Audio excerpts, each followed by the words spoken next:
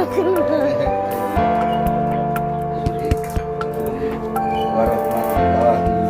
wabarakatuh. Waalaikumsalam warahmatullahi wabarakatuh. Innal hamdalillah nahmaduhu wa nasta'inuhu wa nastaghfiruh wa na'udzu billahi min shururi anfusina wa min sayyiati a'malina may yahdihillahu fala mudilla lahu wa man yudlil fala hadiya lahu. Asyhadu an la ilaha illallah wa la syarika lah wa asyhadu anna Muhammadan abduhu wa rasuluh. Ya ayyuhalladzina amanu taqullaha haqqa tuqatih wa la tamutunna illa wa antum muslimun. Yang kami hormati ibu-ibu pengawas dan mantan yang tergabung dalam Bawastri pertemuan rutin ya setiap bulan ya. Yang kami hormati dan kami banggakan teman-teman dari Mas Rizal PS yang kami hormati. Puji syukur kami panjatkan kehadirat Allah Subhanahu wa taala atas segala limpahan karunia-Nya sehingga pada pagi hari ini kita bisa berkumpul di rumah kami dalam rangka kami ikut mengayu bagyo pelaksananya kegiatan rutin Bawastri yang dilaksanakan setiap bulan secara detail. Salawat serta salam semoga tercurah pada junjungan kita Nabi Muhammad Sallallahu alaihi wasallam. Nabi yang kita harapkan syafaatnya besok di yaumul kiamah. Amin ya rabbal alamin. Bapak dan Ibu, mohon maaf barangkali nanti kami menyampaikan hitung jadi mungkin tidak tepat sasaran, tapi insya Allah kami sampaikan dan kami akan mencoba untuk menyampaikan yang hubungannya dengan yang kecil-kecil saja. Kami ingin menyampaikan tentang fadilah sholat fajar, sholat rawatib yang dilaksanakan sebelum sholat subuh. Kami ingin menyampaikan sebuah hadis yang diriwayatkan oleh Bukhari Muslim. Bismillahirrahmanirrahim. Ra'atallah fajri khairu minaz dunya wa ma fiha. 2 rakaat sholat fajar itu lebih baik daripada dunia seisinya. Ibu-ibu, bapak-bapak sekalian yang kami hormati, hal yang kecil tapi nilainya luar biasa, yang kadang-kadang dilalaikan oleh kita semua, bahwa menganggapnya sholat rawatib itu sekedar sholat sunnah saja, yang nilai ibadahnya kecil. Itu bagi orang-orang yang belum tahu. Tapi insya Allah kalau sudah tahu, kita akan mengejar sholat rawatib itu, apalagi yang hubungannya dengan sholat fajar. Sholat fajar ini di dunia ini, siapa orang yang terkaya di dunia, orang yang berkuasa di dunia, tidak seorang pun yang dapat menguasai dunia dan seisinya. Ini yang penting. Jadi kadang-kadang karena ini sifatnya hoib, hingga orang menilai rendah bahwa nilai sholat sunnah fajar ini sebetulnya sangat tinggi. Kalau yang sudah tahu fadilahnya luar biasa, orang akan selalu mengerjakan. Berbeda dengan situasi dunia. Kalau dunia ini karena sifatnya itu nyata, dapat dilihat, orang sangat tertarik pada keglamoran dunia, kebaikan dunia, sangat tertarik dibandingkan dengan kehidupan akhirat nanti. Bapak dan Ibu yang kami hormati, sholat ini kalau yang belum pernah melaksanakan sangat berat. Siapa orangnya yang mau sebelum subuh sudah bangun awal, kemudian melaksanakan sholat malam, gandeng sampai dengan, sebab pada rangkaian sholat malam itu yang dimulai dari sholat tahajud, sholat witir di situ, kemudian nanti sholat fajar, kemudian subuh, kemudian sebelum duha ada satu sholat, yaitu sholat apa? Sholat Surup. ya surup atau itu Isra. Isra. Itu batasannya sebetulnya kalau Isra itu hanya sebagai penyambung antara sholat apa subuh dengan sholat duha. Dan hikmahnya sangat besar, Bapak dan Ibu.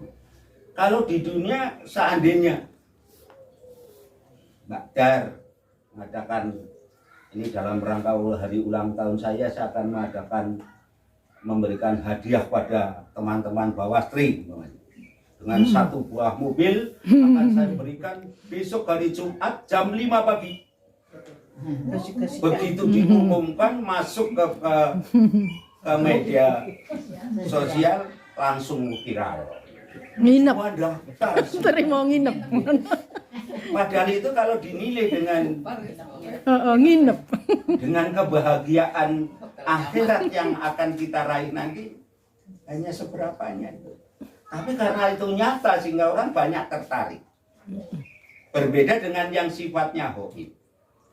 Dan Allah menjadikan satu-satunya yang tidak bisa dikerjakan oleh Allah apa itu? Para bapak dan ibu. Itu hanya ingkar janji. Jadi Allah tidak pernah melaksanakan ingkar janji. Yang ini yang mestinya kita harus secara 100% percaya tentang janji-janji Allah. Jadi hal-hal yang memang semuanya hampir dikatakan semuanya hoib. Sehingga kadang-kadang orang tidak terlalu tertarik dengan hal-hal yang bersifat hoib. Yang ini kadang-kadang kalau kita mulai dari sholat fajar, janji Allah dari sholat tahajud, Allah telah menjanjikan siapa yang meminta pada saat itu akan dikabulkan. Baik itu doa dan permintaan-permintaan yang lain, Allah janjikan akan diberikan. Tapi orang tidak terlalu tertarik karena berat waktunya istirahat dan lain sebagainya. Padahal yang namanya satu-satunya sholat nanti yang akan disaksikan penuh oleh para malaikat itu pada sholat subuh. Itu yang berjamaah. Walaupun para bapak ibu semuanya bahwa sholat berjamaah bagi putri yang tempatnya di masjid itu tidak utama dikatakan. Putri sholat utamanya kaum ibu sholatnya di rumah. Tapi di sisi lain banyak pahala-pahala yang diberikan tidak dapat diraih. Sebab apa? Kalau di rumah tidak mungkin akan sholat berjamaah sendirian. Kemudian perhitungan dari berangkat dari rumah sampai ke masjid, padahal setiap jangka akan dihitung pulang dan. Kalau sholat berjamaah di sana, kalau umpamanya bacaan dan sholatnya tidak sesuai dengan tuntunan Rasulullah, kalau di antara para jamaah itu ada yang sama, ada yang betul sesuai dengan tuntunan Rasulullah, semuanya akan betul. Nah, inilah kelebihan sholat jamaah. Pada malam hari Allah setiap malam sepertiga malam akan menurunkan semua malaikat ke langit bumi. Akan diturunkan untuk memantau aktivitas ibadah kita semua. Bambang ibadah sholat berjamaah apa tidak umpamanya. Itu akan dinilai. Dan satu-satunya sholat yang dibarengi oleh para malaikat yaitu sholat subuh. Dan di situ apabila para malaikat ikut bersolat berjamaah, kemudian bacaan amin setelah bacaan Al-Fatihah selesai oleh imam, kemudian dijawab oleh para jamaah amin bersama-sama dengan malaikat, ditanggung sholatnya itu ataupun sholatnya itu diterima oleh Allah Subhanahu wa Ta'ala. Itu satu kelebihan yang luar biasa. Jadi kalau yang sekarang belum melaksanakan, ya mari kita laksanakan. Barangkali siapa tahu kalau kemarin belum melaksanakan, sekarang sudah dimulai dilaksanakan, dengan usia-usia seperti kita ini adalah masuk pada kategori husnul khotimah. Amin. Itu akan diterima oleh Allah Subhanahu wa Ta'ala. Kemudian ada fadilah lain, di samping itu juga akan dipertanggungjawabkan oleh Allah. Umpamanya kita baru saja berjamaah di masjid, pulang di depan pintu malaikat Israfil sudah menjemput, kamu mati. Itu semua dosa-dosanya akan diampuni oleh Allah dan kita akan dimasukkan ke dalam surganya Allah Subhanahu wa Ta'ala. Siapa yang tidak ingin kalau seperti itu? Tapi kadang-kadang bagi orang-orang yang tidak terbiasa berat. Ya. Padahal ada suatu kenikmatan yang luar biasa, suami dan istri, kemesraan yang diawali pada setiap harinya ketika istri atau suami membangunkan, yang suami membangunkan istrinya, istri membangunkan suaminya untuk bersolat tahajud. Jadi luar biasa gitu. Kemudian masuk pada kategori para bapak dan ibu, sholat rawatib itu Allah menjanjikan. Jadi besok kita akan dibuatkan istana di tengah-tengah surga. 12 rakaat itu dalam satu hari, kalau bisa dilaksanakan luar biasa.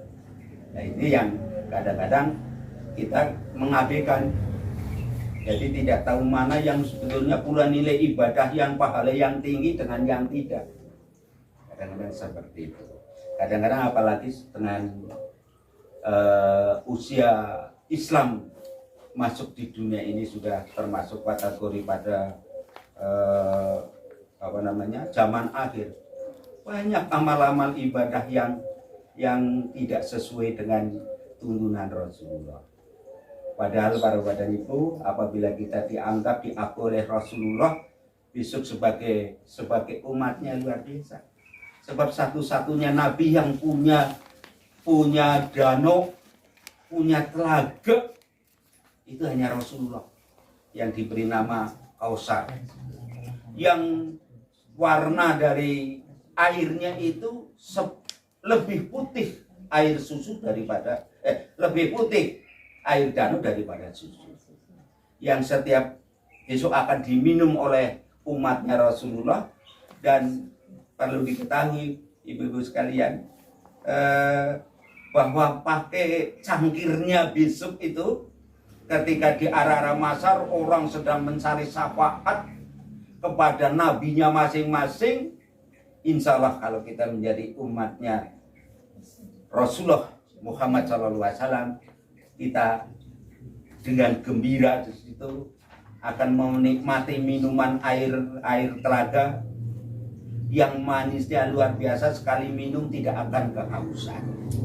Cangkirnya itu terbuat dari pecahan-pecahan bintang besok ketika hari kiamat. Keren. Bintang itu akan hancur luluh bertataran, itu menjadi sloki atau cangkir untuk minum kita semuanya. Maka lewat kesempatan ini kita mengajak pada ibu-ibu dan bapak-bapak semuanya, mari kita tekuni. Untuk apa lagi? Kalau kita menghitung-hitung kebahagiaan yang kita raih di dunia ini dengan usia 60 tahun lebih, itu ya cuma seperti ini. Tidak ada kelebihan yang apalagi luar biasa. Dibandingkan dengan teman-teman yang sukses, ternyata jauh. Tapi kalau kita punya keyakinan iman yang kuat, insya Allah tidak kena di dunia, insya Allah di akhirat akan kena besok. Dan di sana akan menikmati semua kenikmatan yang belum pernah dirasakan di dunia. Itu yang mestinya kita harus merubah mindset.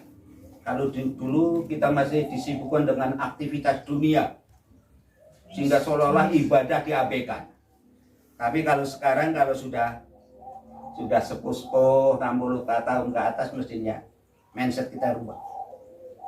bahwa ibadah adalah merupakan satu pekerjaan yang harus kita laksanakan setiap saat, sehingga kita akan masuk nanti golongnya orang-orang yang beriman dan bertakwa, orang-orang yang akan dikasih oleh Allah Subhanahu wa taala.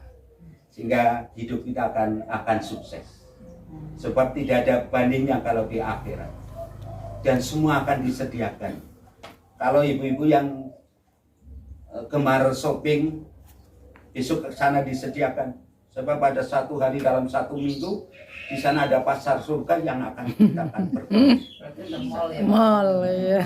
Tidak hanya sekedar mall gitu ya, yang semuanya bisa mencurahkan isi hati dan lain sebagainya. Yang jelas bahwa di surga itu nanti di sana tidak ada kata-kata yang mubah gitu. Semuanya bernilai ibadah. Dan kita sudah dibebaskan dari untuk seperti sholat dan lain sebagainya, sudah dibebaskan. Sebab itu merupakan hadiah dari Allah ketika kita berbuat kebajikan di dunia. Mau apa lagi kalau di dunia tidak untuk beribadah. Dan tidak ada tempat lain untuk mencari bekal untuk menggapai kebahagiaan di alam akhirat yang bersifat langgeng itu nanti kecuali di dunia. Batas yang terakhir ketika nyawa kita sudah sampai tenggorokan. Kalau sudah sampai tenggorokan sudah tidak ada ampun. Sebuah riwayat, Fir'aun setelah ditenggelamkan oleh Allah di Laut Merah, kemudian belum sampai meninggal, dia mengangkat taubat di sana, akan menyampaikan mengucapkan kalimat syahadat, tapi sampai tenggorokan karena nyawa sudah sini, akhirnya disumpel oleh malaikat Jibril, tidak bisa menyambut, sehingga mereka memang harus jatah di neraka. Tapi selagi kita masih ada waktu, mari kita manfaatkan sebaik-baiknya untuk beribadah kepada Allah, sehingga nanti mudah-mudahan kita yang terakhir itu akan husnul khotimah. Kemudian kita akan ditempatkan pada surganya Allah di alam akhirat nanti. Para badan ibu, kalau kita membaca, mempelajari bagaimana situasi di arah Mahsyar nanti, matahari diturunkan hanya 1 jengkal. Seperti apa panasnya? Yang sekarang masih 449.000 cahaya saja panasnya seperti ini, apalagi besok diturunkan. Tapi bagi orang-orang yang muslim tidak akan mengalami seperti itu. Perlu diketahui, dibangkitkan dari alam kubur kita dalam keadaan yang telanjang bulat. Sampai suatu kisah disampaikan oleh Siti Aisyah menanyakan pada Rasulullah, ya Rasulullah, bagaimana di alam mahsyar nanti ketika kita berkumpul di sana, apa tidak malu tidak pakai selembar kain pun? Di sana sudah tidak ada orang yang mikir malu maupun Kau berlirik, saya harus gimana? Saya harus berbuat apa? Jadi lalu lalangnya orang mencari syafaat di arah mahsyar luar biasa. Sehingga sampai banyak orang-orang yang tenggelam dalam keringatnya sampai dengan setinggi telinga. Sudah mau apa di situ? Maka mari, ada kesempatan yang masih diberi umur panjang oleh Allah, kita manfaatkan untuk seoptimal mungkin, semaksimal mungkin kita untuk beribadah kepada Allah. Sehingga mudah-mudahan kita digolongkan orang yang orang yang beriman dan yang bertakwa, dan orang yang mendapat kebahagiaan di alam akhirat yang sifatnya langgeng. Tidak ada putusnya. Barangkali itu yang dapat kami sampaikan. Mohon maaf sekali karena dadakan jika kami hanya mengambil 1 menit. Mudah-mudahan dapat dimengerti oleh kita sekalian dan merupakan sebagai wasilah barangkali kepada kita sekalian, sehingga kita akan merubah yang tadinya belum melaksanakan menjadi melaksanakan, yang sudah melaksanakan akan selalu istiqomah dalam melaksanakan ibadah Allah. Mohon maaf yang sebesar-besarnya, kurang lebihnya, dan kami akhiri billahi taufiq wal hidayah. Assalamualaikum warahmatullahi wabarakatuh. Waalaikumsalam warahmatullahi wabarakatuh.